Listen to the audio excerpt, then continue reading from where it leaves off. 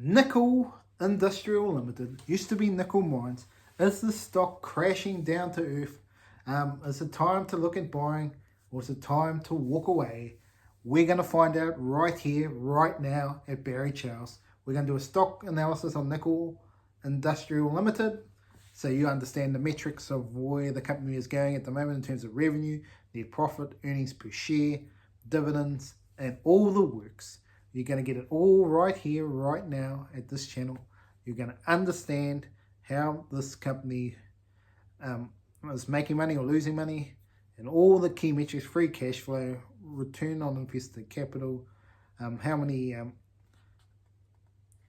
people are holding in institutions, and all that sort of stuff. We're going to go through it all here, right now. And if you stay to the end, we'll give you the intrinsic value possibly of the stock and where the stock could go to if you think it maybe is a buy for you. Let's get to it. Nichols Industrial Limited right here, right now. Welcome back, guys and gals to the channel. We're going to talk about nickel. Yes, the company in Australia that is making a nickel for your buck. No pun intended. But anyway, let's get to revenue. Yes, revenue and there's 1.2 billion currently. Expected to drop though in 2023, so that's not a good sign there, but it is pretty much expected at the moment. I mean, not to drop, sorry. Up to about 1.6 billion roughly is what they're expecting. But net profit, on the other hand, is going down. 1.58 million and expected to drop. So, 158 million expected to drop. Not a good return on your revenue, to be honest. Not good at all. So that's something they're going to have to work on big time if you're an investor in nickel mines or thinking about being an investor. There's some work to do there. The earnings per share is only 0.03. We're looking at P ratio of around 18.6. So a bit of growth there. The week range is from a 0.68 to about $1.16, and the current price is around 78 cents. So you're looking at the lower range at the moment in terms of maybe getting a bargain. Dividends, get 0.04 a year for a 5% dividend. The market cap is about 2.6 billion if you want to buy the whole company right here, right now. And the assets are about the same at 2.6 billion, but what I really like is the liabilities are only 857. Very, very nice. That is what you're talking about if you want to be a decent company. But then we look at free cash flow and you scratch your head and go, should I be investing somewhere else?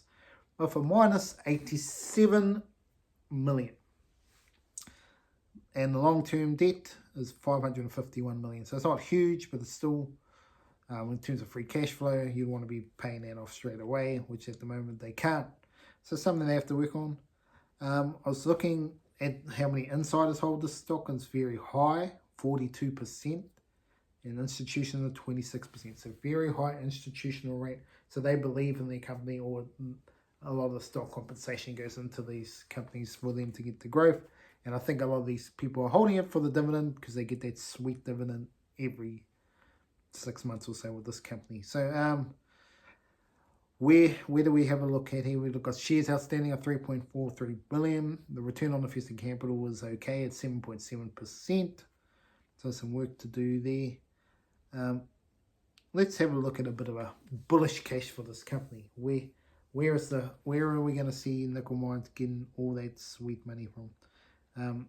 Revenue continues to go up and up and up. They find a way to improve their net profit. They get some more free cash flow going. And this company's nickel mine's going to keep on flying to the moon. But on the other side, we're looking at more disappointing numbers and their lack of sales.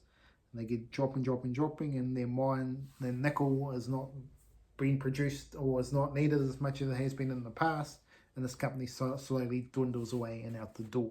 So obviously nickel was a big thing for them. They need nickels to continue to go for them to grow. And it's obviously something that they need to do as a business. So, Nichols Industrial. Is this a company that maybe you should look at buying? Not financial advice. Do your own research before you invest into any company. Do it at your own risk.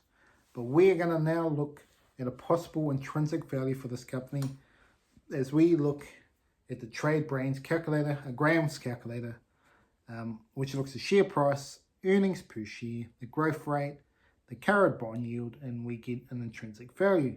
So the share price we're going to look at about 77 cents a share Australian. The earnings per share is 0.03 at a growth rate of 5%. Gives you an intrinsic value of $0.60. Then if we go up to 10% growth for the same metrics, you're looking at 0.9. And then we really bounce the stock up a little bit to 0.1 in terms of earnings per share. Then you're looking at $3 stock, and if you can go to 0.2 a share, and then you're looking at $5.90. So now you're starting to look juicy. If you think this company is going to continue to go up and up and up, and they're going to get their net profit moving the right way, it might be time to really start looking at investing in this company. Now, because the positives are that the revenue continues to go up, but they got to get the net profit going. It's something they clearly got to work on to get themselves moving in the right direction going forward. Some work to do, but definitely something you could look at.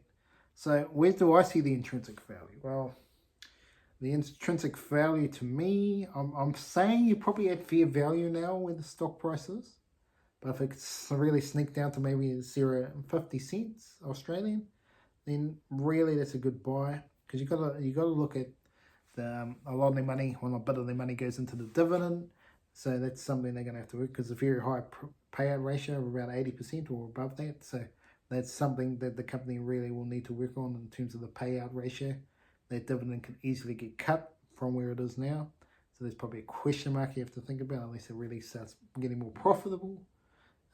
So that's something you're gonna have to work on in terms of the stock, in terms of if you think this is a possible buy or not. Yeah, to me it's a bit of an interesting one. Full disclosure, I own the stock. More of a recent play. I did own it and then sold and now back in.